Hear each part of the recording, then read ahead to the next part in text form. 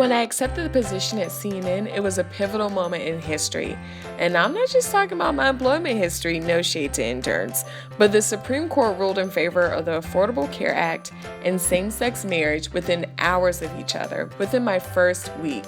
I was literally going through that strange, I don't have a computer phase, I don't have a username phase, my printer doesn't work phase. Well, actually, my printer still doesn't work, but in a mere 30 minutes or less, my team needed some graphics to respond to the breaking news. I was lost. I did not know what CMS was. I didn't know what Jira was. I didn't know what Mira was. It was really intense, but above all, it was awesome. I was working within a newsroom I had previously only heard of, read about, and seen on television. If I needed any intro into what it meant to join a newsroom and what it was like to work on breaking news, this was it. I was a pro. Just kidding, I'm still like pro in training. But the universe was definitely in my favor my first week because the ACA ruling and the same-sex ruling is uplifting news with a really quick turnaround. I've learned being on the breaking news team means responding to the world's most urgent matters, and at times the news can be really devastating, and you're putting in some real work mentally and emotionally, way longer than 30 minutes, and it's more than a passing thought. Would I change anything about it? Nope. Why? Because I love every intense chai tea induced, because I don't drink coffee, highly informed minute of it. So how have I helped the team within my first year? Well, 5 months to be exact, because these new hire days do not abide by Turner's self-review timelines. So in addition to those quick turnaround but super historical moments, I've designed and worked on 9 multimedia stories. These are media-rich interactive pages that have videos, articles, infographics, data, social media embeds, really fancy stuff that are usually high level. Some of them have included The Disruptors, which is literally one of my favorite projects that I've worked on within my career to date. It's an interactive that showed the stories, organizations, activists, and passions behind a movement, not just a mere moment, led by a grassroots network of activists mobilizing through social media to shine a spotlight on the struggles that come across being Black in America. I literally took that copy from our editorial team and just pasted it in there because teamwork makes the team work. I've also worked on multimedia pieces like Great American Stories, a series of interactives that showed the various stories that make America unique, strange, compelling, and so on. Like, why is America not on the metric system? That is so strange and American of us.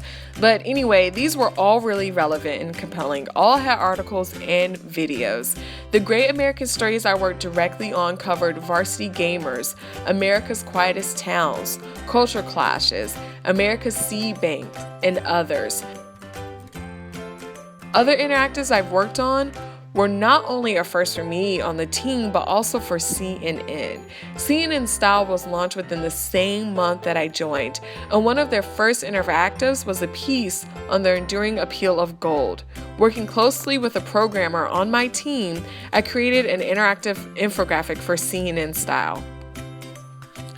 Other pieces are more traditional and not interactives, but they're still just as relatable, desired, and wanted by the public, like the piece on barbecue versus grilling in the hot summer months, or the investigative piece on one of our nation's largest agencies that provides jobs for the blind and severely disabled. That was a piece on possible corruption, or the graphics that supported Jada Pinkett's documentary on sex trafficking, or the one that covered the fire incidents on houses of worship, purely data-driven, but one of huge public interest. There was also the illustration that I did by hand and colored in Creative Suite on Generation X, HPV, and cancer. And most recently, and devastatingly, the support social graphics for the Paris attacks. There are also countless others. There's so many that I can't name them all, but each one was significant in their own way.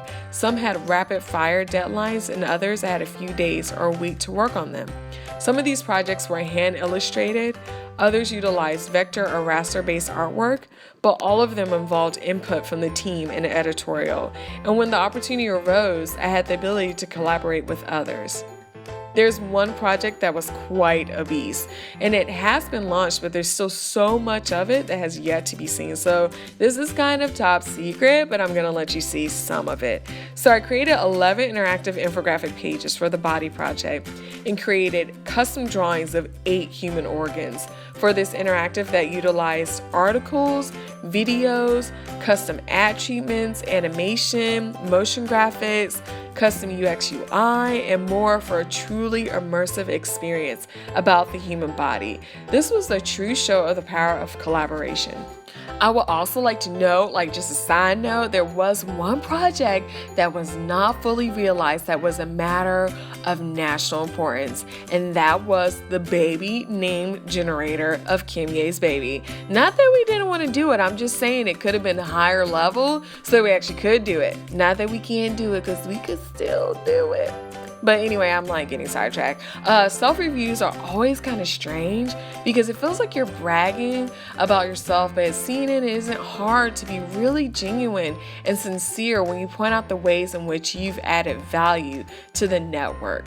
Projects, whether they're historically moving or just one of public interest, are truly of importance and relevant to our nation, and they fulfill CNN's core values of building relationships, leading others, taking initiative, delivering results, and thinking broadly.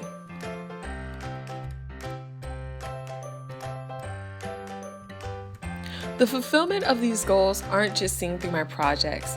I have fulfilled them in other ways as well. Since joining CNN, I've also been accepted to the Corporate Responsibility Council for Turner, which means a lot to me personally. I changed my work hours so that I could volunteer more within my community and continue charitable work. The team benefits from it because it makes me happier, which makes me a better designer and a better employee. It's a win-win. By serving the community around me, I'm better able to design for the community around me. It certainly helps to work within human interest personally when you're covering a piece that is about human interest in the news. I would also like to note that the Atlanta mission I volunteer at in the morning benefits a ton from my schedule change at CNN. I help 3 times as many women in their job attainment programs since I've joined CNN. But getting back on track, human-centered design is something that I'm into. And if you did not know what human-centered design is, it's beginning every design with the community you're designing for in mind. It's like a doctor creating therapies for injured athletes, keeping in mind all the things which make athletes happy and feel safe and feel healthy and whole. So I start every project with the people we're speaking to in mind, something a news team greatly benefits from, something that I know my team benefits from. No, I don't have the time to meet with the victims or survivors of breaking news stories, but I do listen to, communicate with, and collaborate with the writers and editors and teams that have done that. So thank you, CNN, for giving me the opportunity to work with one of the world's largest news networks.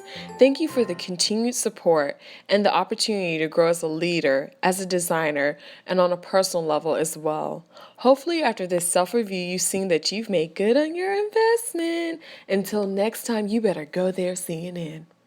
Did I get that right?